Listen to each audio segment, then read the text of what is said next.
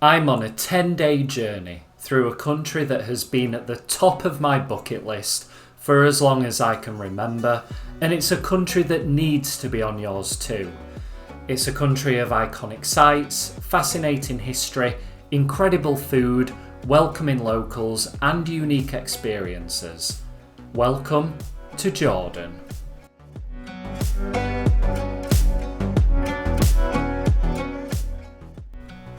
Jordan is geographically located in the Middle East, at the crossroads of Asia, Africa and Europe. It's bordered by Saudi Arabia to the south, Iraq to the east, Syria to the north, and Israel and the Palestinian territories to the west. Despite the chaos and disarray its neighbours seem to be in, Jordan is politically stable and is seen as one of the safest nations to visit in the Middle East. This 10-day trip will take in the best Jordan has to offer, starting off in the capital city Amman. There's a full-day trip to the ruined city of Jerash, then down to the Dead Sea, onwards to the lost city of Petra, one of the new 7 wonders of the world, then to the UNESCO World Heritage Site of Wadi Rum, before finishing back in Amman, where I have a couple of days exploring and relaxing. Jordan has 2 main international airports, a small one at Aqaba on the Red Sea coast, and Amman's lovely Queen Alia International Airport, which is where most foreign travellers will arrive. This airport is served by most major European and Middle Eastern airlines, including BA, Lufthansa, Turkish, Emirates and Qatar. It's also the home of Jordan's flag carrier Royal Jordanian, and more recently, low-cost carriers like Ryanair and Wizz Air have started flying here, meaning it's easier to hop here from Europe on a budget. Land borders are open with Iraq, Saudi Arabia, and more popular for foreign travellers, Israel, where you can enter at the Wadi Arabia crossing near Aqaba, or the Allenby Bridge between Amman and Jerusalem.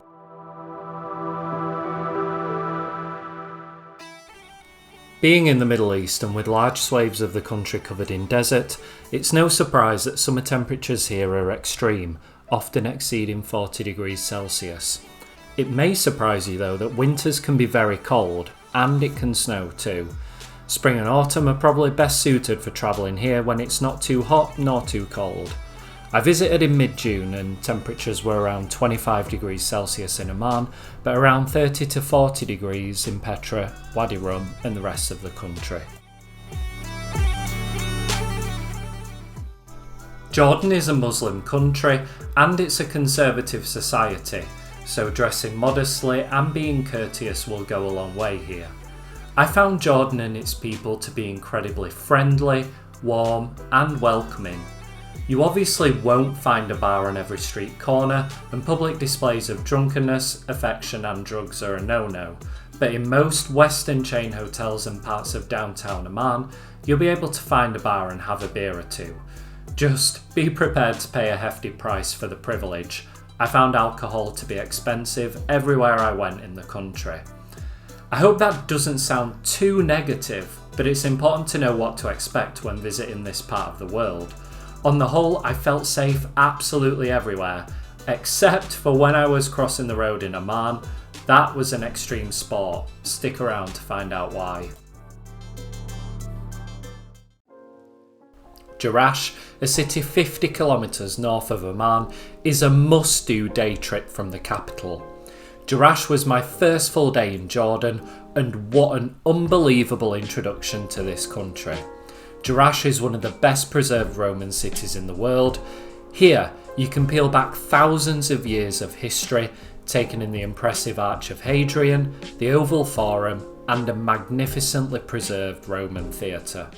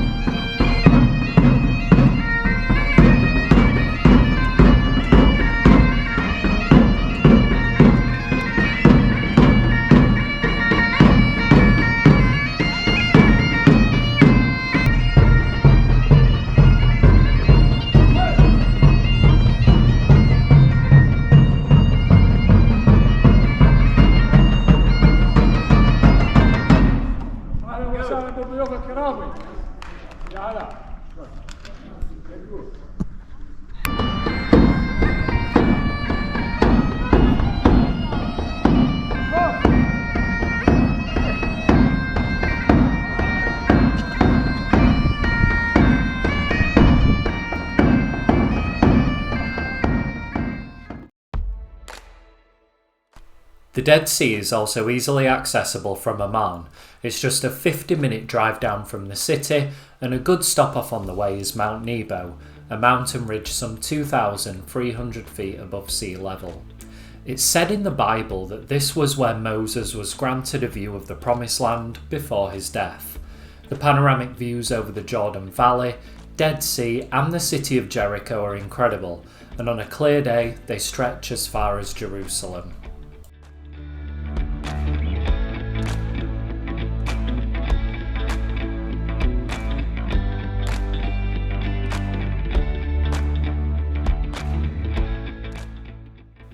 The Dead Sea is the lowest point on Earth, some 1,400 feet below sea level, so the 20-minute drive down from Mount Nebo means you drop some serious altitude in a short space of time. It is doable as a day trip from Amman. Hotels on the shore will charge day rates if you want to visit for the day and use the facilities. As part of my tour, I stayed for a night at the 4-star Holiday Inn Resort Dead Sea. My room, although a little dark and dated, was comfy, but as a Brit, in-room tea and coffee is always appreciated, and it was nice to have a terrace just steps away from the pool. The outdoor pools at this hotel were huge, and it's a short walk down to the hotel's beach on the shores of the Dead Sea, which was surprisingly quiet. So in order to feel clean at the Dead Sea, you gotta cover yourself in mud. Not sure about that. Then came the complete and utter performance of getting into the water.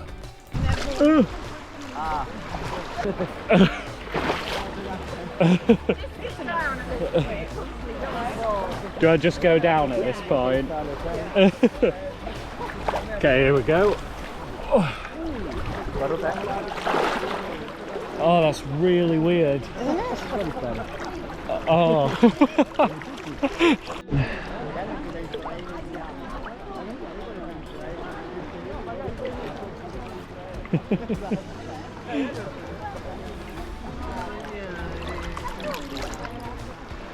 There was something quite relaxing about it, just bobbing along on the surface. It was a weird sensation though, you could almost feel the force pushing you to float.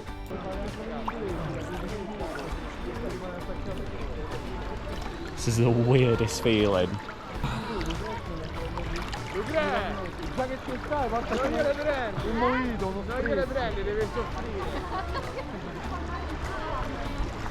It's the weirdest feeling, but the water's so warm, it's so good.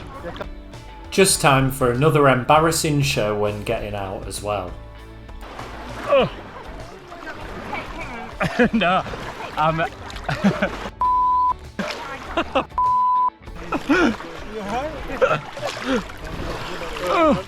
That was difficult.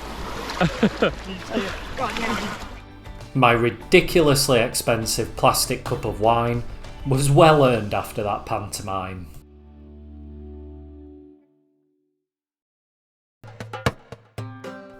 Petra is one of those iconic, instantly recognisable places. It's a vast ancient site crammed with temples and tombs, steeped in myth and legend with incredible scenery to take in, and adventure. Petra is an iconic symbol of Jordan. Not only is it a UNESCO World Heritage Site, but it's also one of the new 7 wonders of the world. My top tip for Petra is to start as early as possible. That way you'll do most of the walking before it gets too hot, and there'll also be less crowds by the Treasury the earlier you go. The entrance for one day is 50 Jordanian dinar, although if you're booked as part of a tour like I was, or have the Jordan Pass, this will be included. It's a 2-kilometre largely flat walk from the visitors centre to the Treasury, which passes through the Sikh, an incredible narrow gorge which in places is just 3 metres wide with towering cliffs either side of you.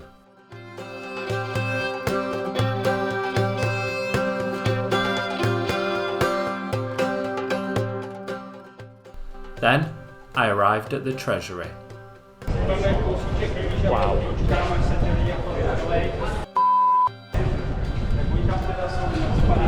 The Treasury is absolutely jaw-dropping.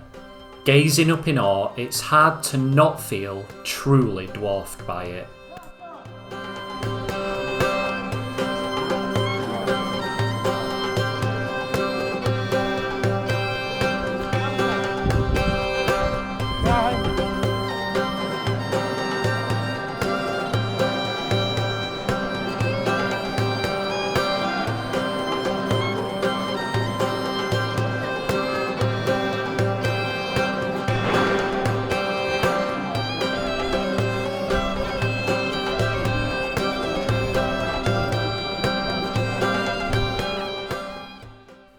As a site, Petra is over 100 square miles, so there's plenty more to see.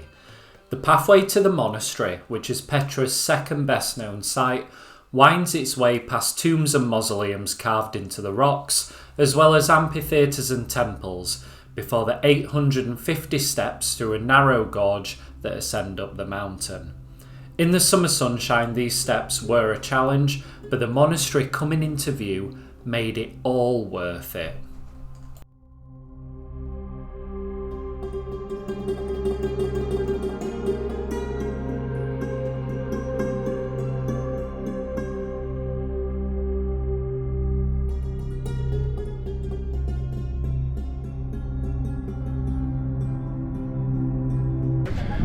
Whoa.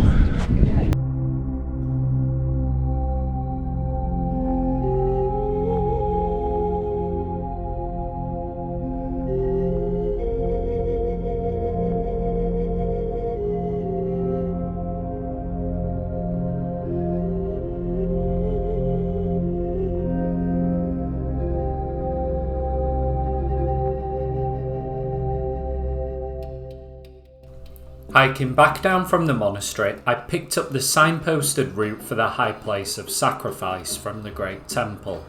This would also lead me a different way back to the Treasury and the entrance. With a name like High Place of Sacrifice, there was obviously going to be steps involved. Lots of them there was. With no shade, the midday sun and little breeze, the steps up were a killer. But the scenery the views gave at the top more than made up for it. Hard work, but 100% worth it for this.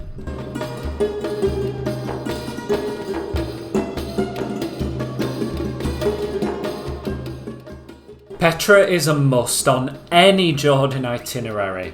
A full day is enough to see the key sites, but given the sheer size of the place, you could easily fill 2 days. If you want to see a more in-depth video I've made of my time at Petra, check out the link at the top of the screen.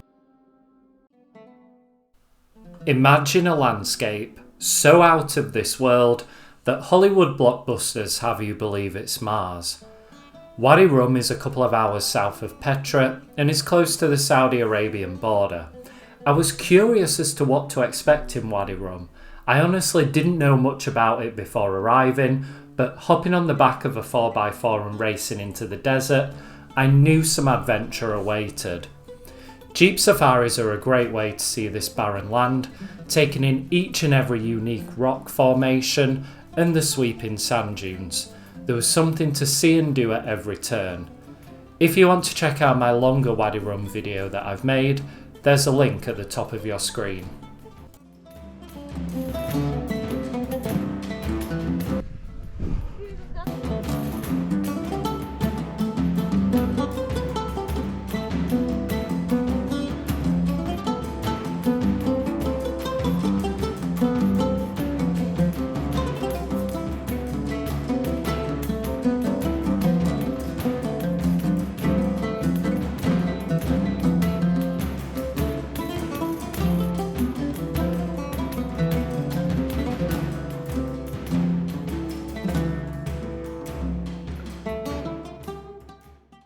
The trail got a little bumpier the closer to camp we got, but upon arriving, I couldn't quite believe where I was spending the night. So I've arrived at the camp in Wadi Rum, and this could be the coolest place I've ever stayed.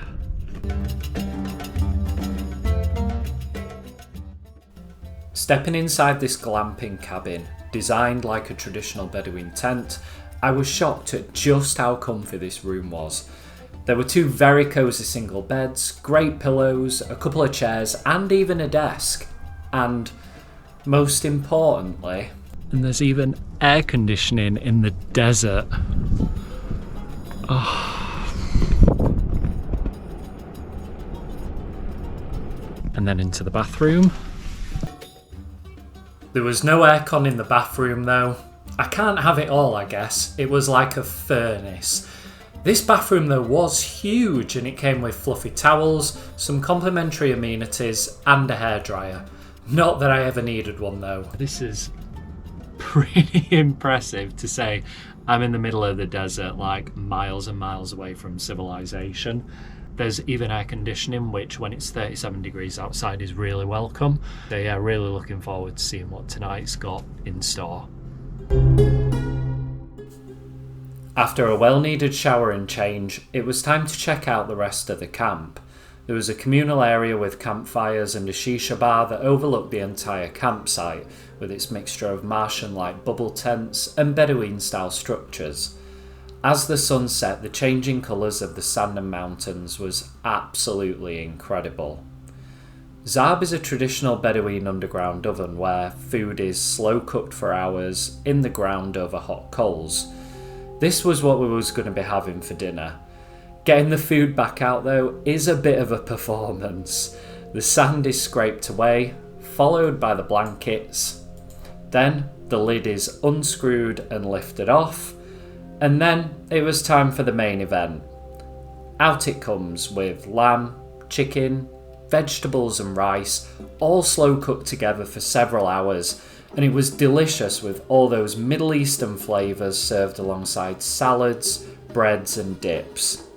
Then, after dinner, all there was left to do was sit out with the new travel buddies and watch the stars come out, swapping stories at the side of a campfire.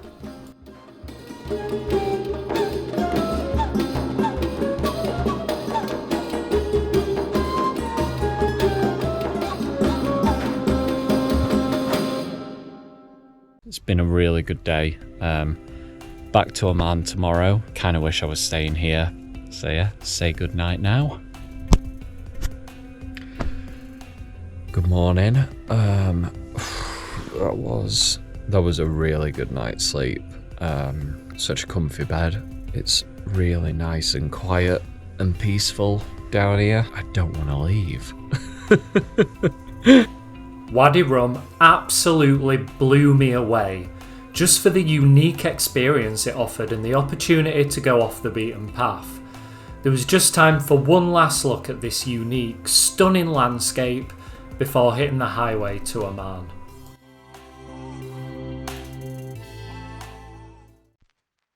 When planning a trip to Jordan, most people would overlook Amman and just think it's a means of getting in and out of the country, but I definitely think it's worth a day or two of your trip. The heart of the city centre is filled with Roman ruins, souks, markets and streets alive with chaos. Roughly a third of Jordan's population lives here. Its population has boomed with successive waves of migration from neighbour states in turmoil. Many Palestinians, Iraqis and Syrians now call Amman home.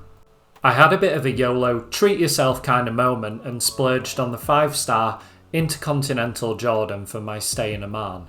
As far as hotels go, this was perfection, the service exemplary, and I got a little upgrade to a beautifully refurbished room too. The hotel was close to the heart of the action in downtown Amman, meaning Ubers were cheaper and things were within walking distance too. It was really nice to come back to the pool for an afternoon of relaxation. Like many other cities around the world, including San Francisco, Rome, and even Sheffield, Amman is said to be built on 7 hills, meaning there's great views of the sprawling cityscape wherever you go. One of Amman's key archaeological sites, Amman Citadel, sits proudly atop one of these hills and dates back as far as the Bronze Age. It costs just 3 Jordanian dinar to enter, and it's easy to do this at your own pace as there are information boards around the site.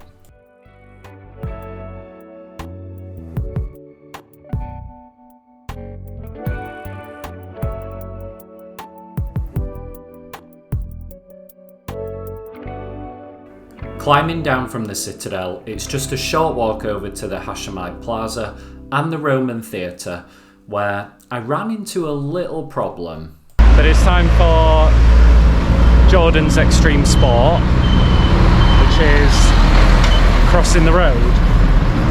Here goes. There's a real lack of pedestrian crossings in Jordan, so you kind of just have to forget everything you've ever learned about road safety and just walk out into the road in the hopes that someone stops. Right, that's one carriageway down. Yeah, I'm not going to argue with that truck. Picking my moment, I made a break for it, although the van I walked out in front of definitely didn't want to stop for me.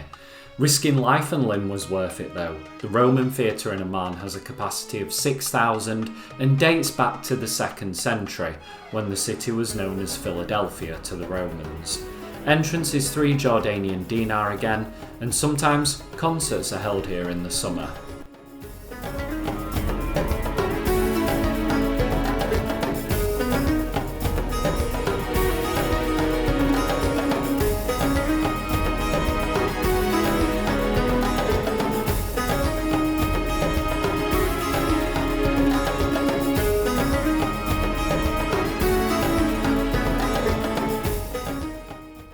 Downtown Amman is a mishmash of chaotic streets, and its souks and markets are a complete assault on the senses, especially when the call to prayer is going off. There's nothing quite like the call to prayer to remind you where you are in the world. Right, going through the souk, nothing quite like being stood outside a mosque when the call to prayer goes off.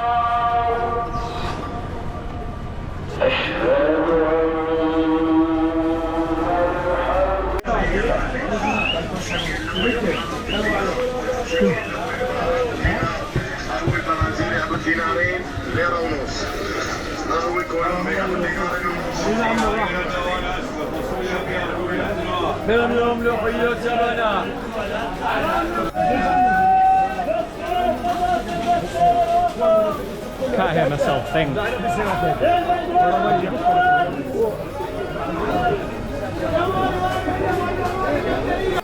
After the madness of downtown Amman souks, Rainbow Street with its cool cafes and rooftop bars is ideal for a relaxed beer and some people watching. A lot of the bars and restaurants here had a super chilled out vibe. What better way to toast a fantastic trip than with a beer on a rooftop taking in the views as the call to prayer cries out over the city.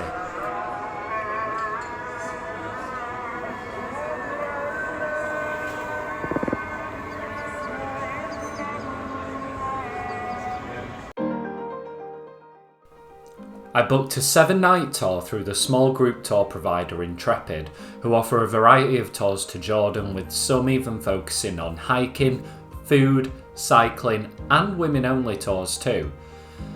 The tour was well organised and accommodations of a good standard. I'd highly recommend them for a trip to Jordan or any other small group tour company. G Adventures, Explore and Kontiki all offer similar itineraries. I then booked myself in for 3 nights at the Intercontinental Jordan in Amman at the end of the tour. Public transport outside of Amman is largely non-existent, and even in Amman could be confusing for foreign travellers, so unless you've a lot of time, it's not ideal if you're backpacking or are on a tight budget. Ubers were cheap in Amman and private drivers can be hired to take you to the likes of Jerash, the Dead Sea and Petra, meaning you can book and organise everything yourself. Jordan as a country completely blew me away and exceeded all expectations. If you're thinking of going to Jordan, the sights, history and endless activities and adventure won't disappoint. If you've enjoyed my 10-day trip around Jordan, please hit the like button and subscribe for more travel related content. Thanks for watching, see you next time.